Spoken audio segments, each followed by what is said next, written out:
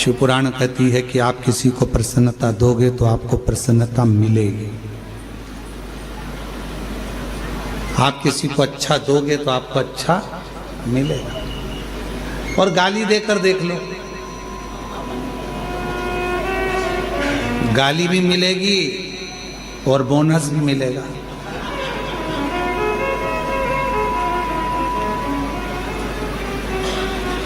हमने देखा है इसी बाबा के आंगन में, आपके मायके में, ये बाबा कुबेरेश्वर बाबा के आंगन में हमने देखा है, माताएं जब भजन करने बैठती है तो ये वाली माता भजन उठाती है तो ढोलक बजा बजा के इतने में दूसरा चालू कर देता है।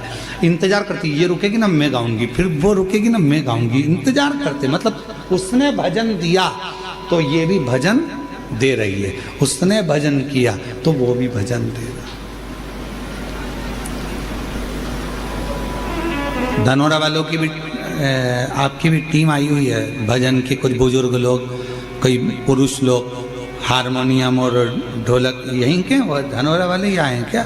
कि कल कोई दूसरी टीम गा रही थी, कोई बाहर से आए होंगे, कोई नीला नीला कुर्ता पहने हुए और बढ़िया चंदन लगाए, हारमोनियम ढोलक और मंजीरे पे भगवान की अविरल भक्ति भजन कर रहे थे। अंदर आवाज आ रही थी, हम बड़े प्रेम से सुन रहे थे। भजन दे रहे हो, भजन मिल रहा है। कीर्तन दे रहे हो, कीर्तन मिल रहा है। राम राम कह रहे हो, राम राम मिल रहा। गाली दोगे, गाली मिलेगी। अपशब्द कहोगे, अपशब्द मिलेगा। ताना दोगे, ताना मिलेगा। जो तुम दे रहे हो वो तुम्हें प्राप्त होगा। अब माता सती ने विचार करा कि मेरे पिताजी ने सबको बुलाया पर मेरे पिताजी ने नहीं बुलाया, तो भगवान देवाधिदेव महादेव को नहीं बुलाया और मुझे तो विवाह उन्हीं से करना है, मुझे तो उन्हीं के साथ विवाह करना है। मेरा विवाह तो केवल मेरे को शिव जी के साथ ही करना है, भगवान शंकर जी के साथ ही करना है। पर मेरे पिताजी ने तो बुलाया ही नहीं है, उनको निमंत्रण ही नहीं दिया है मेरे पिताजी ने तो देवाधिदेव महादेव को। और दक्ष प्रजापति ने नगर के शिल्पकारों को बुलाया जो मूर्ति बनाते थे, और मूर्ति बनाने वालों को बुलाकर कहा शिल्पकारों को कि एक पत्थर की शंकर जी की प्रतिमा बनाओ और मेरे राज्य के दरवाजे पर लगाओ, जहां से सब अंदर आएंगे तो वो शंकर भगवान को द्वारपाल बना के मेरे दरवाजे पर खड़ा कर दो, जिससे दुनिया के लोगों को लगे कि शिव जी को द्वारपाल बनाया है। शिव जी को द्वारपाल।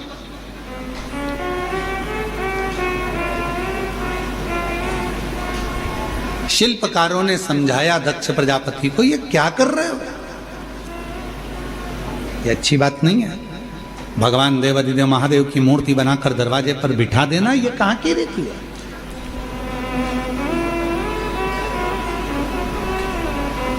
एक शिल्पकार आया, उसने समझाया, दूसरा शिल्पकार आया, उसने समझाया, तीसरा शिल्पकार आया, उसने समझाया, सबने समझाया पर कोई समझे। इस व्यासपीठ से एक निवेदन करूं आप सबसे,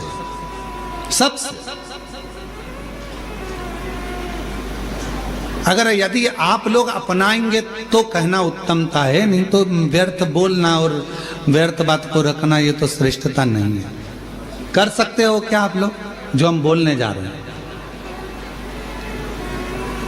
किसी के घर अब शादियों का सीजन चालू होगा और शादियों के सीजन में शादी जब होती है, बड़े बड़े गार्डन में, बड़े बड़े गार्डन हैं, होटल हैं, धर्मशाला हैं, जहाँ विवाह होता है, जहाँ से लोग एंट्री करते हैं, अंदर प्रवेश करते हैं, वहीं पर अंदर आने की जगह पर भगवान की मूर्ति आजकल गार्डन वाले फिट कर देते हैं। बोलो सही है कि गलत है?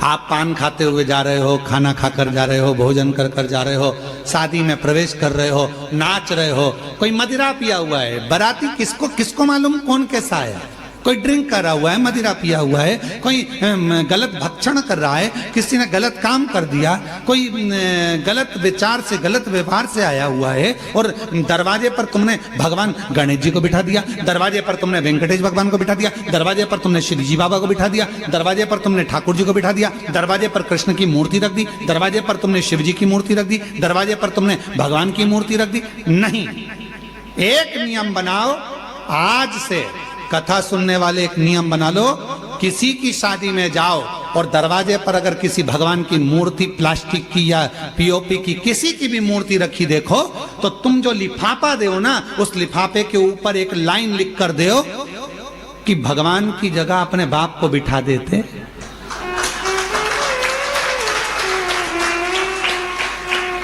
परमात्मा को दरवाजे पर तुम्हारी अगवानी करने के लिए बिठाया। यह सनातन धर्म है, यह हिंदू धर्म है, यह श्रेष्ठता नहीं है। हम अपने पिताजी को अंदर सोफे पर बिठाते हैं, हम अपने दादाजी को सोफे पर बिठाते हैं, हम अपने बुजुर्गों को अंदर घर में बिठाते हैं, आदर करने के लिए अंदर बिठा। और भगवान को तुमने दरवाजे पर लाकर बिठा दिया। कहीं गणेश जी रख दिए, कहीं किसी ने ये वाले देवता रख दिए, किसी ने वो वाले देवता रख दिए। किसी भी देवता को शादी की एंट्री में, शादी के प्रवेश में दरवाजे पर नहीं होना चाहिए। ना जाने कैसे कैसे लोग आते हैं, वहीं पान खाते, थूकते, वहीं दारू पीते, मदिरा पीते, निकल कर जाते, और हमारे देवता उनकी अगवानी करके लिए खड़े हैं। ये कौन सा है?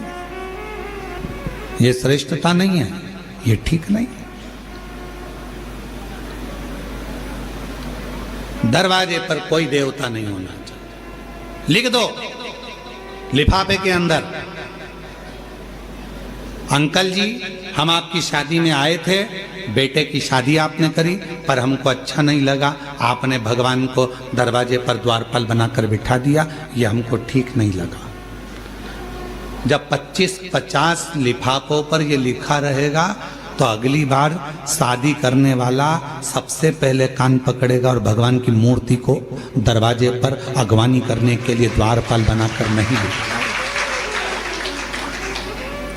हम सुधरेंगे, जम के बोलो, हम सुधरेंगे, युग सुधरेगा। पहले सुधरना हमें अपन को पड़ेगा। एक नियम, शादियां चालू होगी, 11 के दिन देव उठ जाएंगे, विवाह चालू हो जाएंगे। आप सब जितने आस्था चैनल पर कथा सुन रहे हो, जितने फेसबुक यूट्यूब पर कथा सुन रहे हो, जितने पंडाल में बैठकर कथा सुन रहे हो, बिना संकोच के कोई टेंशन मत लेना कि कोई क्या कहेगा। आग लगे बस्ती में, अपन रहो मस्ती में, क्या किसको रोइए, चादर तान के सोइए। तो अपने को टेंशन लेना नहीं, टेंशन दे के चलो पर लेके मत चलो। अपने को टेंशन नहीं लेना। लिफाफे पे लिख दो सबसे बड़े अक्षर में, आपके घर पर हम आए थे, शादी में होटल में आए, घर पर आए, दरवाजे के बीच में इधर से लोग निकल रहा है, इधर से लोग निकल रहा है, बीच में तुमने गणेश जी को रख दिया, ये अच्छी बात नहीं। शंकर जी को रख दिया, अच्छी बात नहीं। अयोध्या के राम जी को रख दिया, अच्छी बात नहीं। कृष्ण जी को रख दिया, बाकी बिहारी को रख दिया, ये अच्छी बात नहीं। ये हमें अच्छा नहीं लगा। लिख दो साहब, हमें अच्छा नहीं लगा। ये मूर्ति दरवाजे पर नहीं।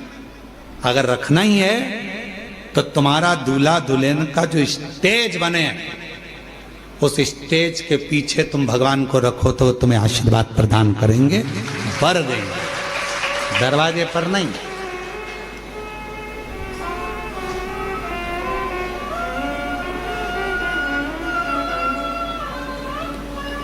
थोड़ा सुधार, और यदि थोड़ा सा भी हम अपनी जिंदगी में सुधार लाएंगे, हम अपने जीवन में थोड़ा सा भी सुधार लाएंगे, हम अपनी ज़िंदगी में थोड़ा सा भी अगर सुधार लेकर आएंगे, तो ये निश्चित है कि हमारा प्रदेश, हमारा देश सुधरेगा जरूर।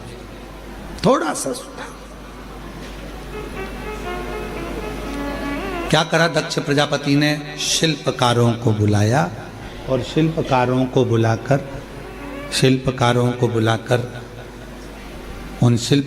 बुलाकर शिव जी की मूर्ति, शिव जी की प्रतिमा बनवाई, शंकर जी की प्रतिमा।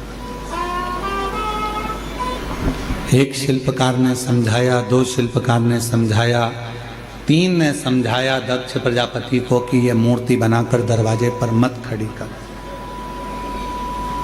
ये मूर्ति दरवाजे पर श्रेष्ठता नहीं देगी।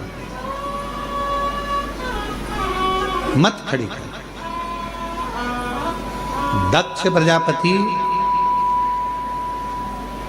अगर अगवानी करने के लिए तूने द्वार पार भगवान को बना दिया तो बाद में तुझे भुगतना पड़ेगा। जरा विचार करो कि दक्ष प्रजापति को कितना भोगना पड़ा। बकरे का सिर लगा था, शीश कट गया था। उसने शिल्पकारों को केवल एक ही बात कही थी कि मेरी बेटी का स्वयंवर है, मेरी बेटी का, और मेरा मन, मैं दरवाजे पर किसको खड़ा करूं? ये मेरा मन, मेरा राज्य, मेरा महल, मेरा नगर, मेरा मेरा मेरा मेरा मेरा करते रहे। और जब दक्ष प्रजापति का सिर कट गया तो बकरे का सिर लगाया। किसी ने पूछा किसका लगाओ? तो कि बकरे का लगाओ। क्यों? क्योंकि दक्ष प्रजापति कर रहा था कि मेरी बेटी का स्वयंवर, मेरा महल, मेरा नगर, बकरे का सिर लगा दो तो मैं करता रहेगा।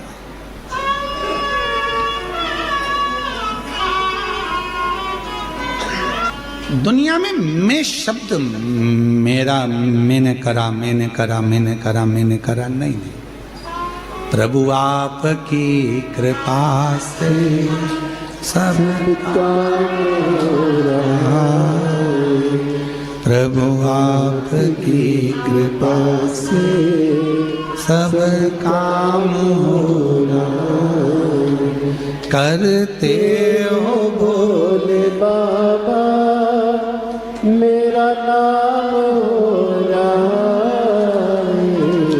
प्रभु आपकी कृपा से सब काम हो रहा। इसमें मेरा कुछ भी नहीं है, सब बाबा भोलेनाथ का, शंकर जी का, देवता का, मेरा कुछ है ही नहीं। मेरा खुद का कुछ भी नहीं है, जो कुछ भी है सब तेरा। एक शिल्पकार ने दक्ष प्रजापति के नगर में पहुंचकर दक्ष प्रजापति की धर्म पत्नी प्रसूति माता को समझाया। मां प्रसूति के पास पहुंचे और मां प्रसूति के पास पहुंचकर माता प्रसूति से कहा कि दक्ष प्रजापति जो ये कर रहे हैं कि भगवान शिव की मूर्ति बनवाकर दरवाजे पर खड़ी कर रहे हैं, ये श्रेष्ठ नहीं है।